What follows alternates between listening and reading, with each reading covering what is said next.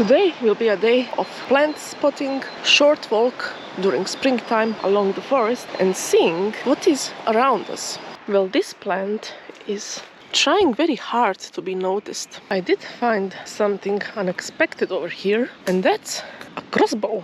There are ants living inside this thing. What do we have here? How unexpected. The drama queen.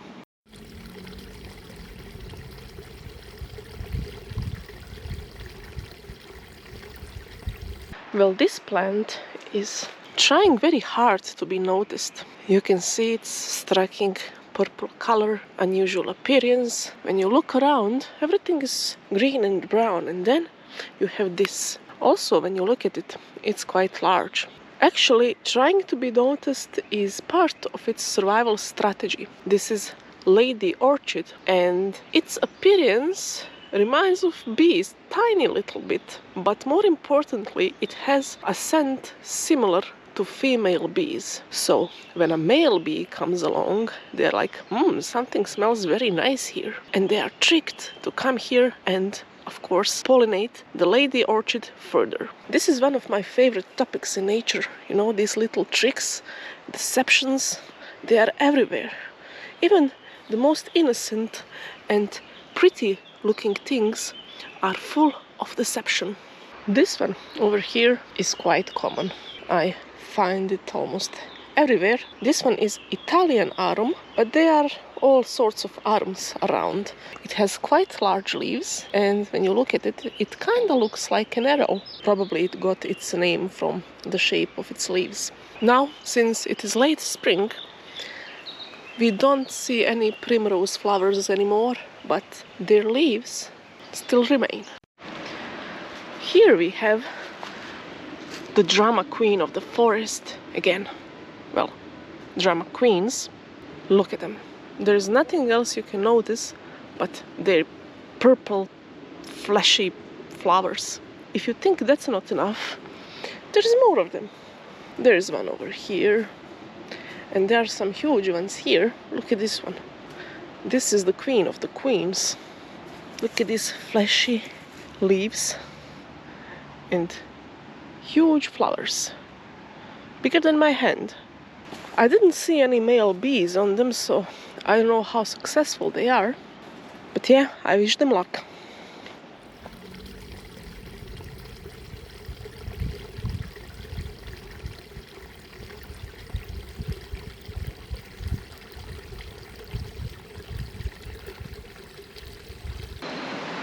As you can see, there's a quite big tree that's broken. I guess wind had its toll on it. It was already dried up and quite dead. But I'm interested in these. It's full of mushrooms. Look at this. Entire side of this fallen tree is full of them. Quite interesting thing to see. I'm not sure what kind of mushroom it is. I could try to find out, but I don't think I will go too deep at this point. I guess there is a lot more interesting things ahead of us, and sun will set at some point, you know, so I need to get going. Well, I did find something unexpected over here, and that's a crossbow. You know, for a moment I actually thought I got in the real world and not in the video game, but it seems I'm still playing. I'm just not aware of it. What is interesting is, so this is not very well made, you can already see it, but maybe children made it, or parents for children to play with. But what I find more interesting is there are ants living inside this thing, and they got pretty disturbed now. Obviously, because I took this with me. I didn't try to shoot from it, but I think I will actually try to. It is just hard, you know, to play with one hand and hold the camera in another. Let me try to find. Ha! No bandits will try to get me now. What should I? Where should I? How should I? Oh, maybe here. something useful maybe? Not really. Huh. Let me try to find a projectile for this thing, a bolt, so I can use this. I mean, if bolt is going to be as bad as this thing is, and probably will be, I will more likely shoot myself in the foot than shoot this thing properly, but let's see. Not every day you find a random crossbow in the fields. Let's try this. This will be the peak of performance, both mine and of the latest crossbow technology.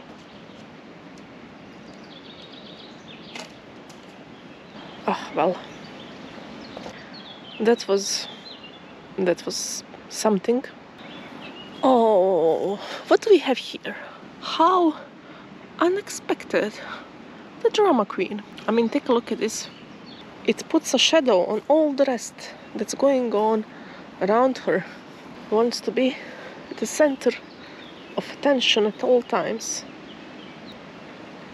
And yet the male bees somehow end up on different flowers.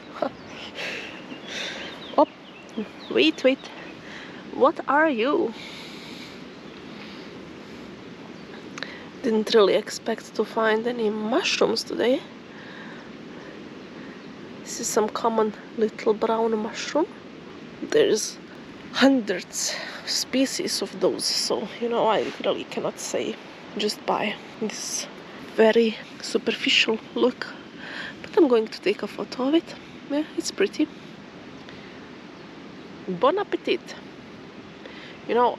I'm planning to pick up some petals, dandelion petals myself, which is what I'm going to do, but I will be very, very careful to pick just a few, even though dandelions, they are everywhere. Like, they literally grow from buildings and concrete and everything else, so they're not exactly endangered in any way.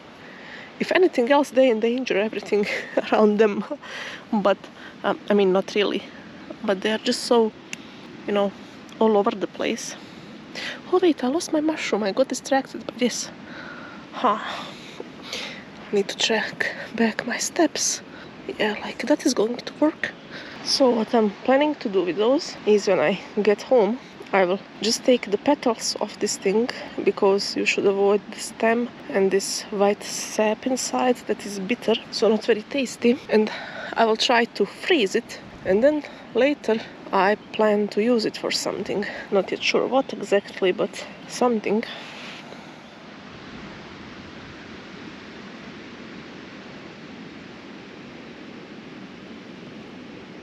Now these guys are funny.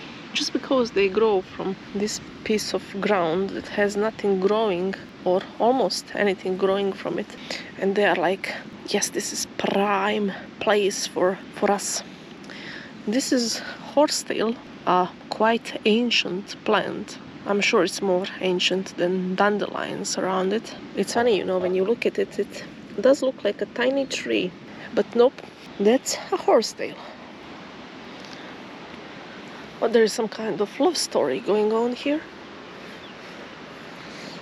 I'm sorry to disturb your privacy, but it's kind of pretty sight, It's so funny how they are flapping together. Okay. No? Not landed yet? Come on, where are you going? I mean, usually they run away from people, from things, moving toward them. But these guys are so in love, they almost do not notice me. Went away to the forest. Yeah, I get that. So here we have jelly ear mushroom. And the reason why it's called jelly ear is it kind of reminds a lot of ears. You don't have to look twice to see it, really. I'm not sure what kind of deception this one has. Like, look at me, I'm an ear, take me. But yeah, it is edible mushroom. It can be picked and dried, and it can stand for quite a long time like that. Then it gets rehydrated quite quickly when you put it back in water or some kind of sauce or something, so it can really soak in the flavors. I'm going to leave these be, but if I find some more of them, I'm going to pick them and maybe think about what I could do with them. Well, this one is another deceptive friend of ours. Right next to the lady orchid, there is another orchid, but this time this is fly orchid. Also, like the other one, it uses deceptive methods.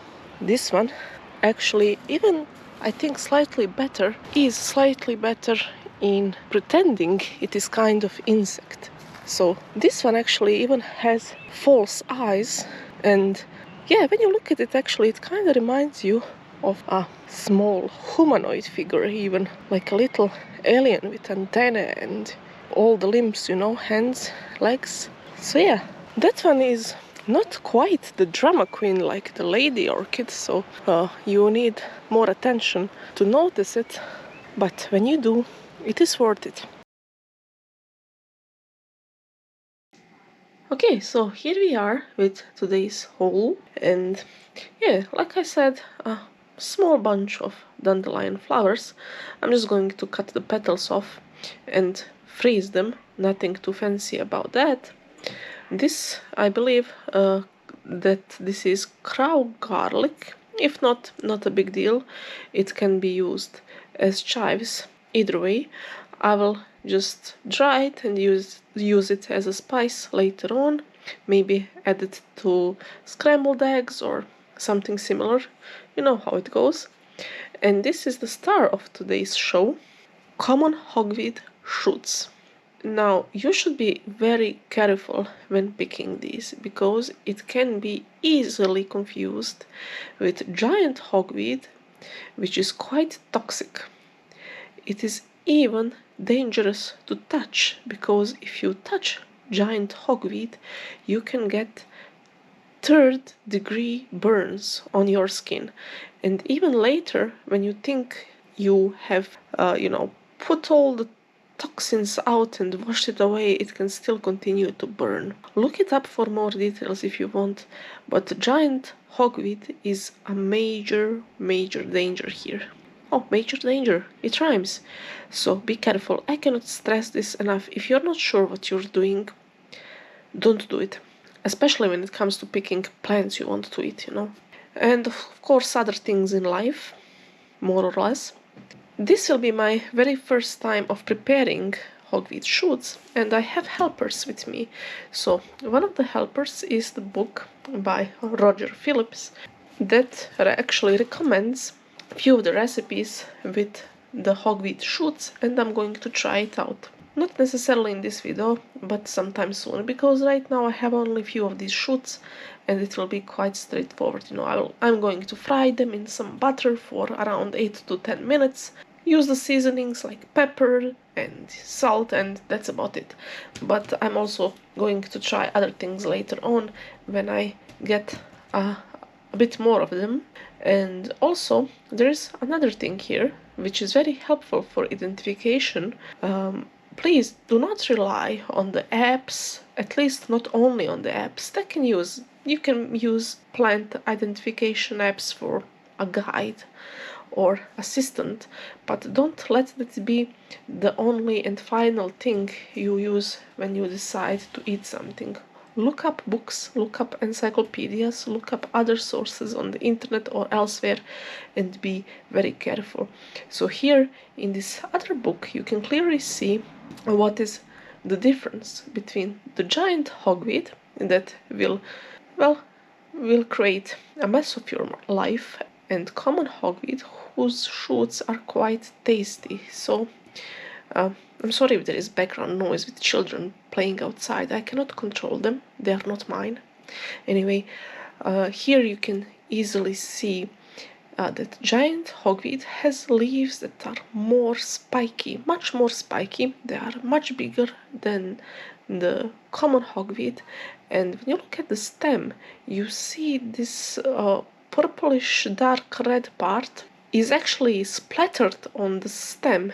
It is not so, nicely painted, let's say, like on common hogweed, but it is splattered like, you know, somebody just took paint and, you know, dropped it on the stem. So yeah, this is just very superficial, even with these images and descriptions. Call to attention and warning when you try to identify this, and please always be careful and know what you're doing. Well, I'm going to make food now, and soon you can expect some recipes with these things, so stay tuned and bye.